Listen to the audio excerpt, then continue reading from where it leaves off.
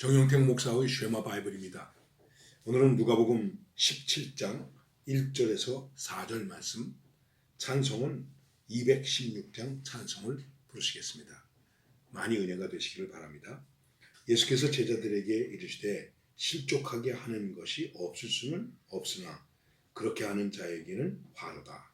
그가 이 작은 자 중에 하나를 실족하게 할진대 차라리 연잔 맷돌이 그 목에 매여 바다에 던져지는 것이 나으리라. 너희는 스스로 조심하라. 만일 네 형제가 죄를 범하거든 경고하고 회개하거든 용서하라. 만일 하루에 7번이라도 네게 죄를 짓고 7번 네게 돌아와 내가 회개하노라 하거든 너는 용서하라 하시더라. 지금 예수님은 십자가의 길을 향해서 예루살렘으로 가고 계십니다. 그리고 예수님께서 여러 가지 말씀을 많이 하시는데 이 말씀은 주로 제자들에게 하고 계시는 것입니다. 어쩌면 제자들에게 집중적으로 말씀하신다 이렇게 말씀드릴 수 있습니다.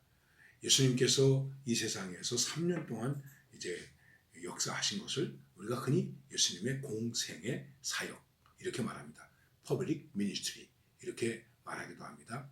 그런데 그 공생애의 전반부에는 선포하시고 가르치시고 고치시고 하는 일들을 많이 하십니다.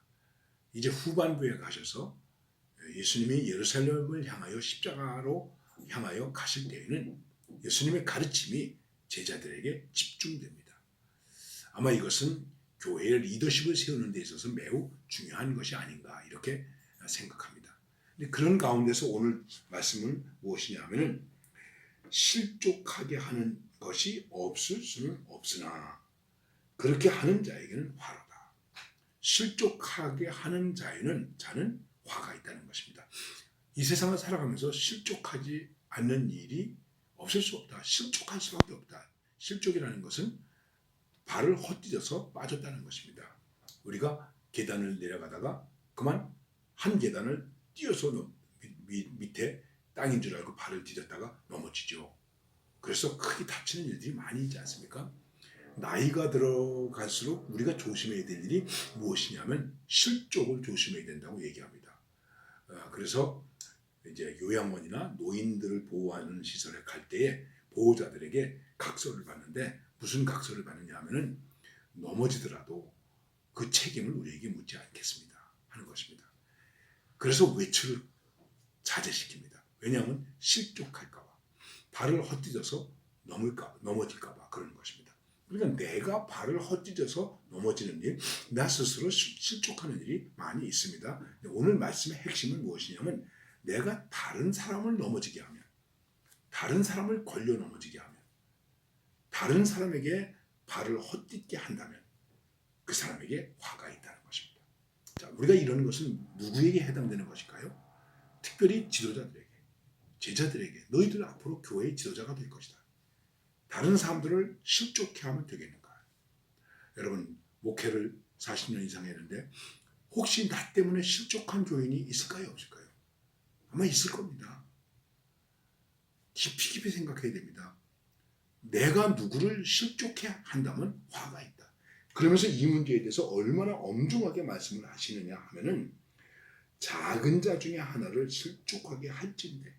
작은 자라는 것은 어린아이라는 뜻도 있지만 약한 자라는 뜻도 있습니다. 내가 좀 무시해도 되겠다 생각하는 사람도 있을 것입니다. 어떤 작은 사람 하나라도 실족하게 한다면 차라리 연잔 맷돌이 그 목에 매여 바다에 던져지는 것이 나으리라. 연잔 맷돌이 내 목에 매어져서 바다에 던져지는 것이 남을 실족해 하는 것보다도 훨씬 더 좀 작은 일이다 이렇게 말하는 것입니다. 그러니까는 남을 실족해 한다면은 내가 어느 정도의 벌을 받아야 되느냐면 연잔 맷돌을 내 목에 매고 그리고 매고 바다에 던져줘야 된다고 하는 것입니다. 다시는 떠오를 수 없게 그냥 바다에 던져지는 것입니다. 엄중한 말씀이죠. 여러분 두려워해야 됩니다. 나 때문에 실족하는 사람은 없었는가? 내 목회 속에서, 내 신앙생활 속에서, 내 만남 속에서 나 때문에 실족한 사람은 없는가? 부모 때문에 자식이 실족하죠. 자식 때문에 부모가 실족하죠. 실족하게 할 때에 실족 당한 사람이 화가 있는 것이 아니라 실족하게 한 사람이 화가 있다는 것입니다. 자, 이런 실수가 있습니다. 그런데 그러면서 동시에 우리에게 무엇을 말씀하시느냐 하면은 너희는 조심하라. 그런 가운데 우리가 실족하는 일이 많으니까 조심하라. 네 형제가 죄를 범하거든 경고하고 회개하거든 용서하라. 이 말을 앞의 말씀과 다시 비교해서 얘기한다면 실족하게 하거든 실족하는 일이 있거든 경고하라. 조심해라. 실족하지 않도록 조심해야지. 그리고 회개하거든 용서하라. 중요한 것은 이것입니다. 실족합니다. 그때마다 회개하거든 용서하라. 하루에 7번이라도 내게 죄를 짓고 7번 내게 돌아와 내가 회개하노라 하거든 너는 용서하라. 회개는 제한이 없는 거예요. 제한 없는 용서를 한 거예요. 이러니까 용서하겠다. 이러니까 용서가 된다. 그 조건으로는 용서가 되지 않는 거예요. 용서를 할 때에는 조건 없이. 바로 우리가 주님 앞에서 조건 없이 용서를 받았습니다. 주님이 어떻게 용서하십니까? 아버지 저들의 죄를 사하여 주소서 저들이 하는 것을 알지 못합니다. 알지 못하는 것으로 하고 용서하셨어요. 그래 못 들은 걸로 알고 안 들은 걸로 알고 그리고 용서하는 거예요. 아 됐어. 이제는 잊어버리는 거죠. 예. 용서에 어떤 한계가 있는 것은 아니다. 우리는 실수합니다. 실수하지 않고 살아갈 수 없습니다. 이 말은 결국은 무슨 말이겠습니까? 용서받지 않고는 살아갈 수 없다. 하나님께로부터 우리의 죄를 용서받는 것도 중요한 것이지만 우리의 모든 인간관계 속에서 용서 없이 내가 살아갈 수 있겠는가? 살아갈 수 없다는 것입니다. 그 속에서 내가 해야 할 일은 무엇입니까?